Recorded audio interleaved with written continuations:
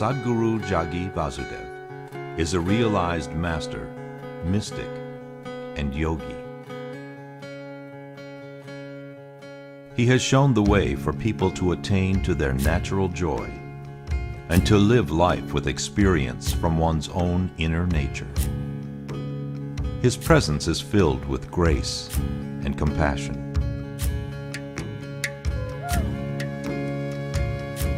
Sadhguru's scientific approach towards spirituality and work towards the upliftment of humanity have received accolades worldwide.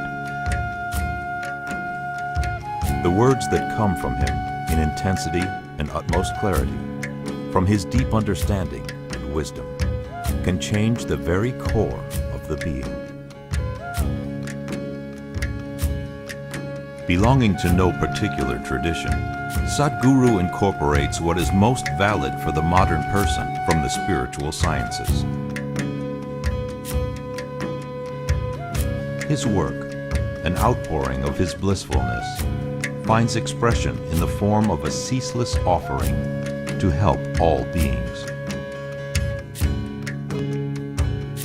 Available to all who are willing, Sadhguru's life is an invitation to the divine through individual transformation.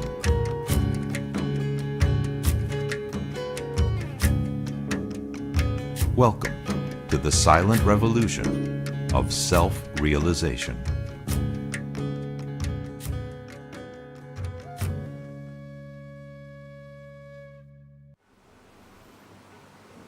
You should tell me, what should we talk about? Enlightenment. I'm sorry? Enlightenment. Enlightenment?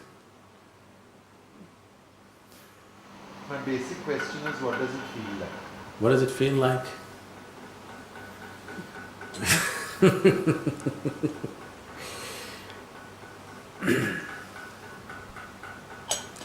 Let's say there's no magic potion in this, just water, okay?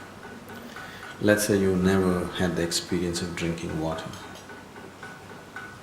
And I have, and if I try to describe to you how it feels to drink water, would I ever get across to you? It doesn't matter how articulate I am, will I ever get across to you? I'm trying. Could you? Could you describe to a man who has not ever had the experience of drinking water what it really feels like to drink water? Something as simple as this. It won't get across, isn't it? So anything which is not in your experience, if people talk about it, it doesn't matter how articulate they are, how they come out, invariably it only leads to misunderstanding. So let's not talk about how it feels, let's talk about technically what it means. Good stuff. That you can understand, I know. If I say how it feels, I will end up saying things which… because whatever you speak, when we use language, I have to take care that I'm logical, isn't it? What you're referring to as enlightenment is not a logical process, it's well beyond that. So if I speak illogically here, would you sit with me? You won't. You won't, isn't it? Next 5 minutes if I speak illogically with you, you'll want to leave, isn't it so? Yes. You will sit here only if I speak logically. That means you have made it very clear to me, don't talk enlightenment. Okay? We'll talk about it, not… So what is it that we are referring to as enlightenment?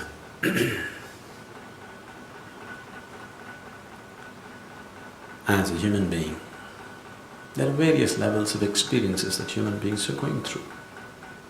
Some people know just food and sleep, some people know creating something, some people know action, some people know art, some people know music.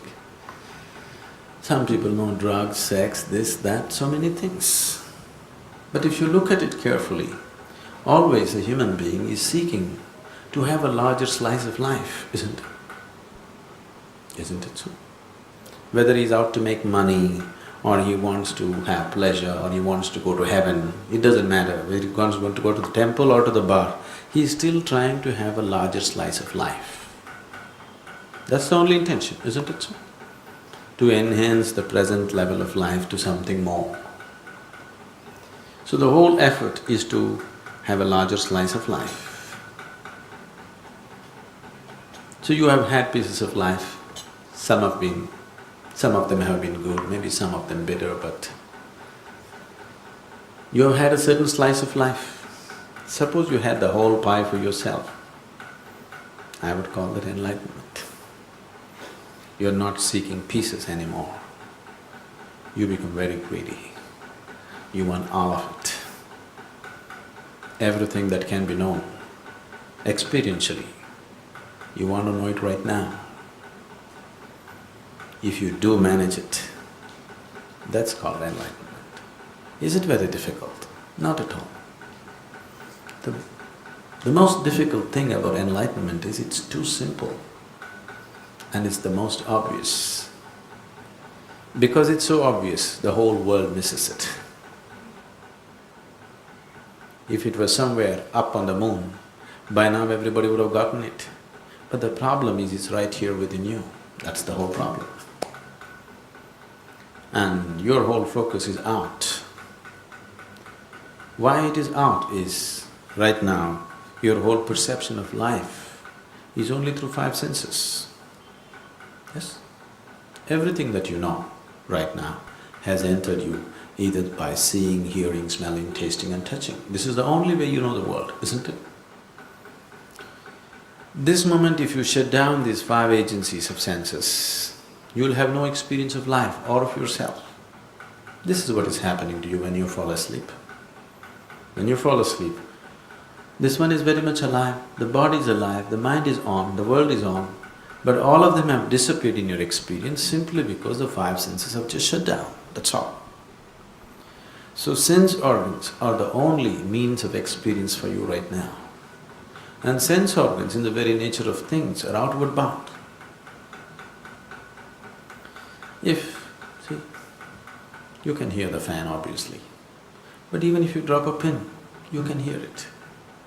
So much activity in this body, can you hear it? No. If an ant crawls upon it, even the breeze from this fan you can feel it on your skin. So much blood flowing inside, can you feel it? No. So sense organs are essentially outward bound. Because of your dependence upon the sense perception, turning inward and knowing the inner dimension seems to be so out of reach. That's only because you do not have the right kind of instruments or right kind of vehicle to turn inward. It is like you want to eat a laddu, but you want to eat it through your ears. Very difficult, quite impossible, isn't it? You just have to understand it can only go here, it can't go here. So enlightenment is that difficult, understand? It never seems that. Huh? It never seems simple. I'm saying it's that difficult. Even if you use both ears, still the laddu won't go. Even a piece of it won't go. But if you just use the right inlet, it goes. It's because people do not make the necessary effort to find which way. They want to go the way they know. It looks impossible. It is like you're riding a bullock cart, but you want to go to the moon. Somebody gives you a horsewhip and tells you, really whip the bulls, you'll get there. You won't get there. The reason why it's become so difficult is because too much nonsense has been spoken about it. If nobody had said anything about it, many people would have found their way. Too much nonsense has been said about it and a whole lot of confusion created. People have written too many things about it without knowing what it is. People have said too many things about it without having a clue what they're talking about, which has left people absolutely confused. At least if people shut up, human intelligence is capable of knowing this. Because if you have an uncluttered intelligence, if a human being grows up with an uncluttered intelligence, when I say uncluttered, if your intelligence functions without being identified with anything in particular, then knowing the inner dimension becomes a natural process. Right now, that possibility has been taken away because right from day one, the parents are working hard to get the children identified with their family and their stupid values and whatever. The teachers are working super hard. You okay for a joke? I'm supposed to be serious? No? On a certain day, a bull strayed into the forest. He saw lush green grass and he went grazing, inside. He went deep into the forest. A few days and weeks living there, he grew fat on food and no work. Then an old lion, who was well beyond his prime, was having difficulty hunting the wild animals, saw this fat bull. Easier to stalk and kill a bull than a deer, So he looked for his time and then pounced on him and killed him and ate him up. His stomach became real full. Then with great satisfaction he roared. A few hunters were passing that way. They heard the roar and tracked down the lion and shot him dead. The moral of the story is, when you're so full of bull, you should not open your mouth. But all the time these people are opening their mouth. If they all shut up for some time, it will be very natural for every human being to long to know. Right now they're just destroying that by giving ready-made solutions and all kinds of nonsense to believe in. It is very natural for your intelligence to probe at everything, isn't it? And how can you ignore yourself? You have ignored yourself because they've always made you look up there at some god that they themselves have not seen.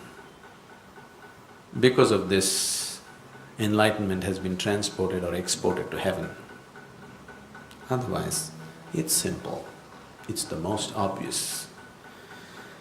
When you heard of Arjuna. So when Krishna went on talking truth, Arjuna said, where the hell is this truth that you're talking about? Where is it? Because if I ask you, is it here, you say no. If I ask you, is it there, you say no. At another time, if I ask you, is it here, you say yes. If I ask you, is it there, you say yes. What is this nonsense? Where is it? Tell me where is it, I'll go get it. He's a warrior, So Krishna laughed and said, the ultimate truth about life is at the tip of your nose. Now, there are many schools of yoga who are intensely focusing on the tips of their noses. You try focusing on the tip of your nose, within 2 minutes you'll get a headache, you'll not get enlightenment. So, all he's saying is it's the most obvious. The problem is it's here, but your senses are set there. So you just need a little bit of turning around, that's all.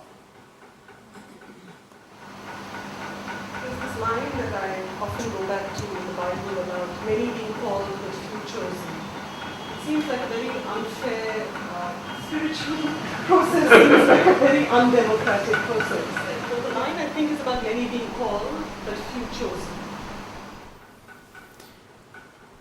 I would say many being called but few choose. Few choose to really come. It's not few are chosen, just a few choose to take the step. People ask me how many steps. Just say, I tell them take one step. And there is only one step. You have taken 1,000,000 steps outward, just one step inward, that's all it takes. But you can't take a step inward like this, you have to turn around and take it. But you're not willing to turn around because you made investments on the outside. It is not that if you turn inward, you lose the outside, it is not so. It is an uncalled for fear. And once again, this fear has been nourished by all kinds of misinterpretations of spirituality. People have always told you if you turn spiritual, you will leave everything and go away. If you turn spiritual, your residence has to be in a Himalayan cave along with the rodents. It cannot be in Bombay. Yes. So an inward step has nothing to do with Himalayas or with Mumbai. It's got nothing to do. Mumbai and Himalayas is a choice of residence, that's all. That's an outward thing, it's nothing to do with your spirituality at all. You like to live in the mountains, fine, it's up to you. It has its advantages and disadvantages. You like to live in Mumbai, it has its advantages and disadvantages, isn't it? It is just that for a long time, all those people who wanted to… because there was no process of divorce in India, a lot of people chose spirituality as a way to leave their family, okay? Because there was no honorable way of leaving your family unless you said, I'm going spiritual. So, it's an excuse that a lot of people have used for a very long time. I don't think now you need an excuse, do you? But I don't find my inside a very nice place. You have never seen your inside. What you are right now calling as inside is your mind. Your mind is not inside. Your mind is just society's garbage bin, isn't it? Everything in your mind you picked up from outside. Everything that is in your mind is just what you've been exposed to, isn't it so? Isn't it so? So your mind is not inside, your mind is outside. Processing also. We do some processing of that garbage. You do some I processing. choose to come and sit and listen to you, but I won't choose to go and Yes. come and listen to See, you have no choice about what you take in. You have choice about what you make use of and what you don't. Yes? But even that choice is not really a choice, because that choice is also set up by something else that's gone in earlier. So you really have no great choice about it. Everything, the content of your head and the content of your body, both were collected from outside, isn't it so? You understand what I'm saying? This body you slowly accumulated. How? Just by eating food, isn't it? The content of your mind also you accumulated, just by your exposure and the impressions of what enters you through the five agencies. And these five agencies that you're using to collect the impressions of life around you, they are not reliable at all. When I say they're not reliable, one thing is, people have always told you, seeing is believing. Seeing is not believing, you know very well, everybody sees what they want to see, isn't it? Does everybody see the same thing? No, everybody sees what they want to see. Everybody does not see what is there. And going more fundamental into the very process of vision itself, even that's not reliable. Why is this so? That even something so fundamental is questionable is, sense organs were opened only to serve survival. They are sufficient instruments of survival. But if you're seeking something beyond survival, now you're talking enlightenment, which is not a survival process. Once you're looking at something beyond survival, then sense organs are no good. You have to have another dimension of perception. So the whole process of spirituality is just about enhancing your perception. Unfortunately, if I use the word spirituality, people think they'll have to do Ram or go sit in the temple or in the church or mosque, or they have to give up their food, or they have to give up their clothing or something. It's not about that, it's about enhancing your perception. The only way to know is by enhancing your perception. Everything else is just belief, isn't it? And what you believe is immaterial, because if we work hard enough on you, we can make you believe any damn thing. We know that very well. We just have to work hard enough on you. We can make you believe the weirdest of things in the world if we work upon you right from your childhood, isn't it so? Haven't you seen enough of life around? You know that. So what you believe, whatever it may be, is of no existential value. It may have social value. When you talk about enlightenment, you are not talking about social or personal dimension of life. You're talking about an existential dimension of life. If you have to be open, if you have to know life in an existential way, the only way is to enhance your perception, not by thinking it up, not by philosophizing, not by discussion, not by believing. Only with enhanced perception can you receive life, can you know life. There is no other way to know life. So enlightenment means a heightened level of perception in an ultimate way. If your perception is full on, you receive everything that can be received and know life in its totality. We would call that enlightenment. Now that you asked, how does it feel? Let me try to work around that.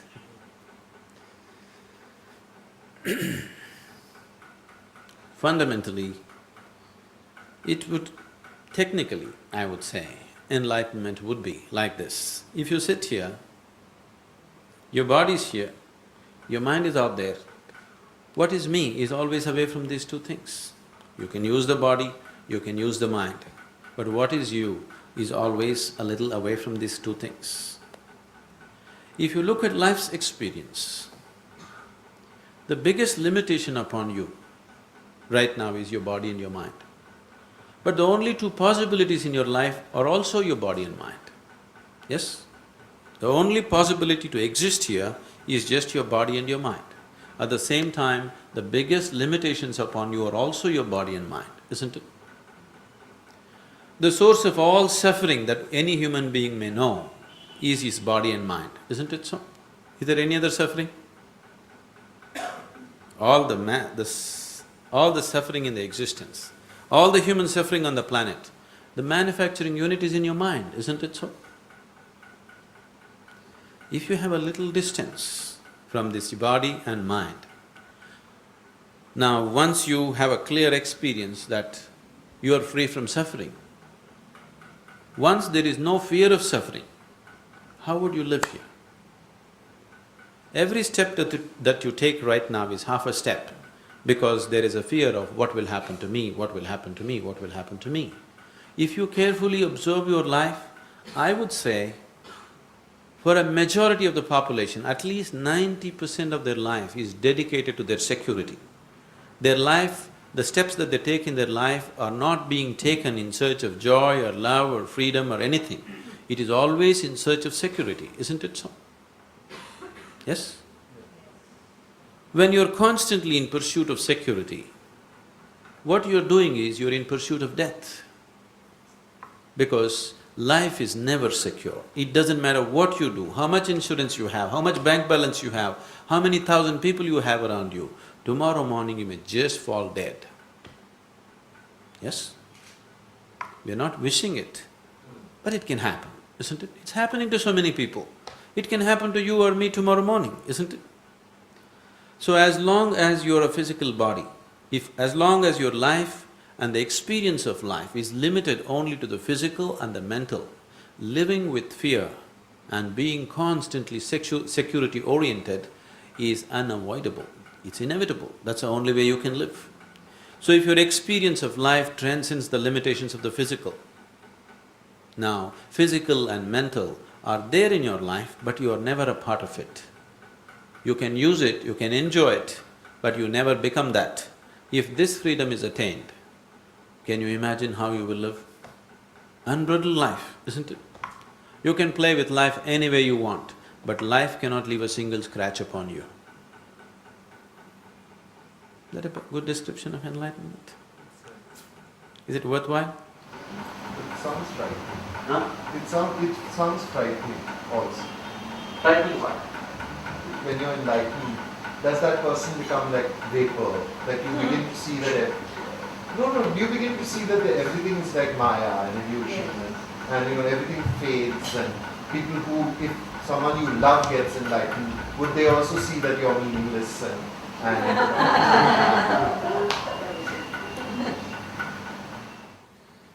You should ask people around me whether I love them or my involvement with them is more or less than anything that they have known in their life with anybody. With thousands of people, I'm very deeply, passionately involved. If you're free from suffering, if you're free from the fear of suffering, would you hesitate to involve yourself in life? Or would you throw yourself into life? Right now you're hesitating. Right now most of you are made like this, if somebody suddenly smiles at you on the street, you hesitate. Why is this man smiling at me? Because you're afraid what would be the consequence of that. Fundamentally you're afraid tomorrow it may hurt me, tomorrow something else may happen to me out of this, isn't it? So, you're constantly hesitating to involve yourself with life simply because of fear of suffering. If fear of suffering is taken away, you could give yourself absolutely to everything around you, isn't it? So this way, would you love more or less, love less? Would you love more or less? Difficult to imagine, but logically from what you've said, yes. See, I can only speak logically to you. That's Do you want me to speak another language which is not logical? we don't mind, I'm not, I have no problem with fuzzy. I have a problem But with still illogical. logic. If the world Fuzzy is logic. organized like that, is it organized? If it's illogical, then I don't mind illogical, but is it illogical? See, logic means to carry on any kind of logic, you need two. You need you and me to have a logical speech. When you say enlightenment, you're talking about one.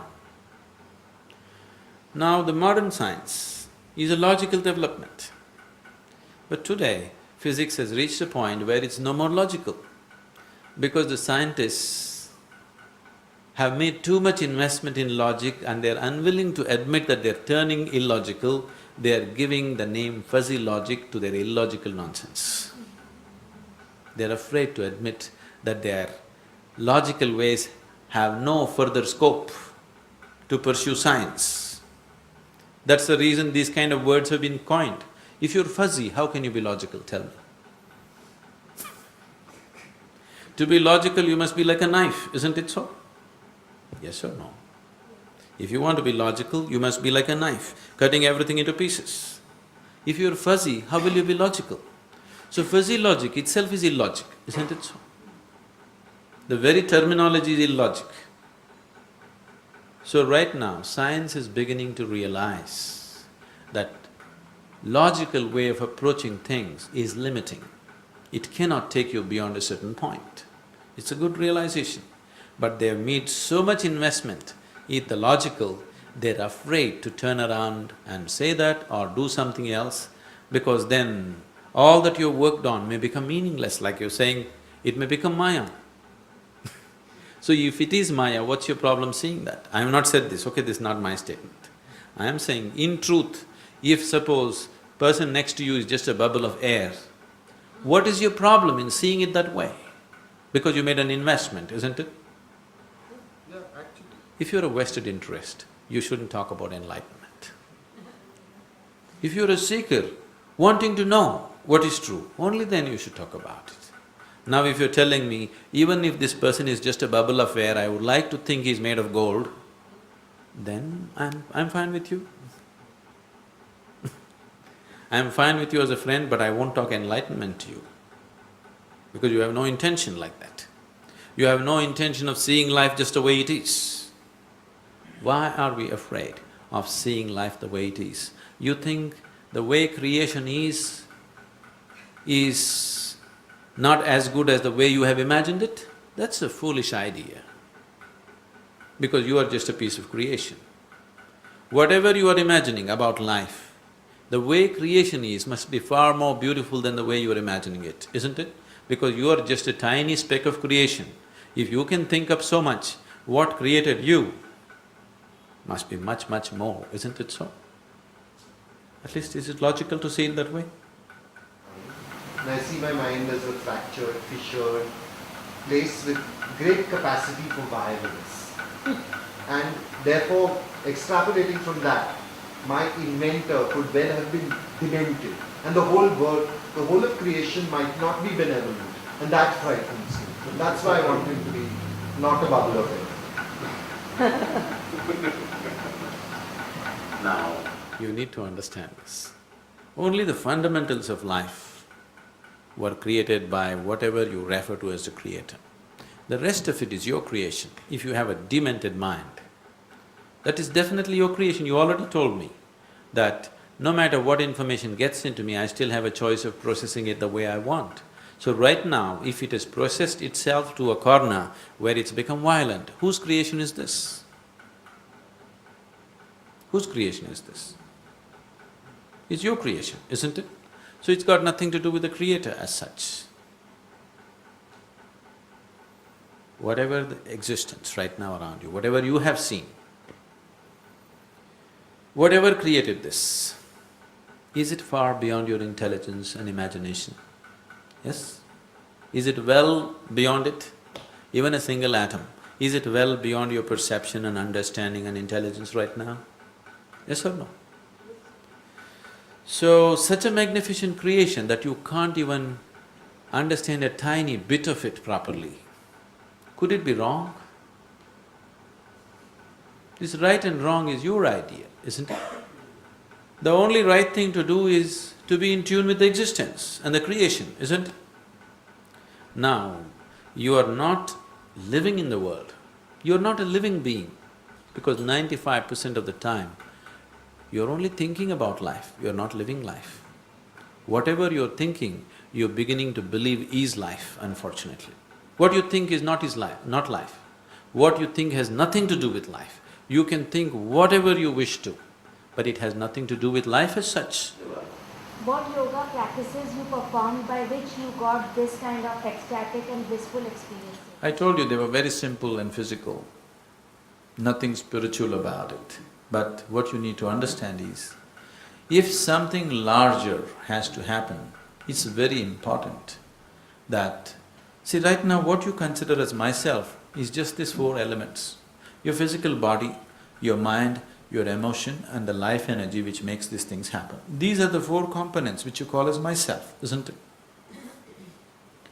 If you want something bigger to happen, you must put these four things in proper alignment. So all yoga is structured and designed to put these four dimensions in absolute alignment. So these four dimensions of body, mind, emotion and energy means head, heart, hands and energy. Is there anybody here who's only head, not heart, not hands, not energy? You're a combination of these four things, isn't it? So you need these four basic yogas. There are only four yogas. They are known as Gnana Yoga, Bhakti Yoga, Karma Yoga and Kriya Yoga. Gnan means if you employ your intelligence to reach your ultimate nature, it's called Gnan Yoga. If you employ your emotion to reach your ultimate nature, we call it Bhakti Yoga. If you employ your body to reach your ultimate nature or action, we call it Karma Yoga. If you transform your inner energies and reach your ultimate nature, it's called Kriya Yoga. These are the only four ways. But which one shall I take? There is no such choice, because you are a combination of all these four. You have to employ them in right proportion. Now in this person, the head may be dominant, in that person the heart may be dominant, in that person the body may be dominant. Accordingly, a right mixture has to be done, otherwise it won't happen. There's a very beautiful story in the yogic lore. Are you okay for stories? On a certain day, 4 men were walking in the forest. One is a Gnana yogi, another is a Bhakti yogi, another is a Kriya yogi, another is a Karma yogi. Usually these 4 people can never be together because they can't stand each other. A Gnana yogi, who is you employing his intelligence, has great disdain for everybody. He thinks everybody is an utter fool, especially these Bhakti people who are looking up and saying Ram Ram, he can't stand them at all. Yes? Yes or no? Bhakti people, they have sympathy for everyone. When God is here, instead of just holding his hand and walking all this hair splitting and nonsense, this yoga standing on your head, holding your breath, twisting your body, just utter nonsense. Just call for God's help and it will happen. Karma yogi thinks all these idiots are just lazy. To cover up their laziness, they've invented all these stupid yogas.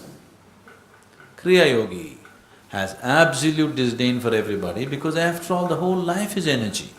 If you don't transform the energy, where is the way? So these 4 people can never get along together. But today they were walking together. Suddenly, a rainstorm broke loose. So they started running, looking for shelter. Because the bhakti yogi knows the geography of temples, he said, in this direction in the forest there's an ancient temple, let's go there and get some shelter. They all ran there. They know all the geography of temples in the country. So they ran and then they found the temple. The temple was in a dilapidated condition, just the roof and 4 columns were there were no walls, all gone long ago. The storm became more and more severe and started lashing from every direction, so they went closer and closer. In the center of the temple there is a lingam or whatever is a symbol of Shiva. They had no other place to sit to escape the storm, so they just hugged the lingam and sat, all 4 of them. Not out of any love for God or anything, just to escape the storm. Suddenly God appeared. In all their 4 minds, the immediate question was, why now? So much yoga we did, so much sadhana we did, you did not come. Just now, when we're just trying to escape the storm, here you are, why? So God said, at last you 4 idiots got together. I've been waiting for this moment for a long time. This is the biggest problem. If these 4 dimensions are not in alignment, nothing big can happen. You're trying to drive your car, one wheel pointed this way, one wheel pointed this way. You know what a torture you will be? That is the torture right now that you see in people. Their mind is this way, their heart is this way, their body is somewhere else, their energy is somewhere else. How do you expect them to travel smoothly to any destination for that matter? Yoga, what we are referring to as inner engineering, is just to align these 4 wheels in such a way that you travel smoothly. Right now, you're in the direction of hell, it doesn't matter. Once your car is going well, you can just make a U-turn in no time, isn't it? But you have this torture of a vehicle where 4 wheels are pointing in 4 different directions, which way will you go? You cannot go any way, you will just get sucked in and pushed by situations. Your direction is not decided by you, your direction is decided by the situations in which you live. That is the life of a slave, isn't it? Why is there so much talk of the human being's enlightenment? And why is the human being being given so much choice to be selfish and not be useful, like everything else is in the universe? See, even the earthworm is not thinking of being useful. Earthworm is also greedy for his survival. He wants to eat as much as he can, he wants to reproduce as much as he can. With what little he knows, he is very selfish. Yes? But his selfishness, we are taking advantage of it in some way to our selfishness. So all creatures, they are structured in such a way, they are not thinking of serving anybody. Don't think the tree outside is thinking of giving flowers to you, it's just trying to reproduce. Yes? It is trying to attract the bees and the birds and reproduce. It is not trying to give flowers to you to do puja in your puja room or wear it in your hair or smell it and feel wonderful about it. It is not at all concerned about you. It is striving for its survival and reproduction, isn't it? Isn't it so? You are giving it all kinds of meanings in your head. But all life, every creature, a plant, animal, insect, worm, is only striving for its survival. But because the creation is such that one striving for survival eats up another one and makes another one survive out of that, the whole process is a chain and it happens. You know the food chain and all that stuff. Why human life needs so much attention is because we are human beings. Earthworms may be having a meeting right now talking about their enlightenment, okay? But their methods won't work for you. Because we are human society, we are sitting here and talking about human enlightenment. So it's not just that we are paying so much attention to our lives, they are also paying enormous attention to their lives. They are not ignoring their lives. But what is the distinction is, animal life is still compulsive. In yoga, we look at life as happening in three different dimensions. This is called Mruga, Manusya and Deva. That means animal nature, human nature and divine nature. Animal nature is well established. Divine nature is very well established. What you call as human is not established. This moment you can be godlike, next moment you can be like a brute. You are swinging between the two. Sometimes you're near to this, sometimes you're near to that, isn't it so? Look at yourself and see in 24 hours' time how many swings you make. This moment you're wonderful, next moment you're nasty, next moment you're beautiful, next moment you're ugly. Isn't this happening to you? Yes? So you're constantly swinging. There is no such thing that you can point out and say, this is human nature. Humanity is a flux. They can become anything they want. No other animal has this freedom. So this life, which was in that compartmentalized animal nature, has now evolved into a status where it is no more restricted, it can become anything it wants. This is a freedom, but this is what human beings are suffering right now. What people are suffering is not their bondage, what people are suffering is their freedom. That's why it's so tragic. If you're suffering your bondage, that is fine, but you're suffering your freedom. See, if your life was fixed up like animal nature, you wouldn't be suffering so much, isn't it? For example, let's say a tiger is born. He is not sitting there and planning and calculating how to become a good tiger. Just find enough food, he will become a good tiger. Yes? Gobble up as much food as you can, he will become a good tiger. He has no such fears and insecurities, will I become a tiger, will I end up as a house cat? These kind of problems don't exist for him. You're born as a human being. To become a good human being, how many things you have to do? And still you don't know. After all this, you still don't know where you belong, isn't it so?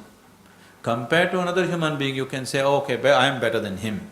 But by yourself, you do not know where you belong. Because what you call as human being is not established. You are left free by nature. This is a tremendous possibility. Later, nature left you free like this, trusting your intelligence, that naturally you will seek higher, not the lower. Because there is something within you which is always trying to seek the highest that you know, isn't it? If you know money, you want to be the richest man in the world. If you know power, you want to be the most powerful man in the world. If you are an arty person, you want to be the most artistic person in the world. Whatever you know as life, it is very natural for you to seek the highest in that, isn't it? So whatever you expose yourself to, you want to go there. So this is a natural urge. So this urge has been put into you and you've been left free to become whatever you want with the trust that you will anyway go for the highest. But right now, human beings are going about as if they want to disprove that. So, the talk about human enlightenment has risen only because of this unstructuring of life for you. If it was very structured, as it is for every other creature, we wouldn't be talking to you about enlightenment, we would be talking to you only about survival. And survival and survival. But now that your life has been slightly unstructured, you can make yourself into anything that you wish. This moment, if you are willing, you can make yourself very joyful and pleasant. This moment, if you want, you can make yourself very unpleasant and something else, isn't it so? So the choice is always there every moment. Most of the time, you are not exercising this choice because you are existing in a compulsive way as a reaction to many things around you. Now the whole effort, what we call a spiritual process or path, is to transform this compulsive being into your conscious being, to make every aspect of life, from A to Z, from the process of life, from the process of being born, from the process of living and death and choosing the very womb that you're born in, into your conscious process. Everything, life and death, into your conscious process. That is what spiritual path means. You are my perfect mirror. You show me what I'm not. In the endless pit of what once was me, layer and layer you peel off me. The pain it is, but the joy it brings. So thank you for showing me what I'm not, for showing me what I could be.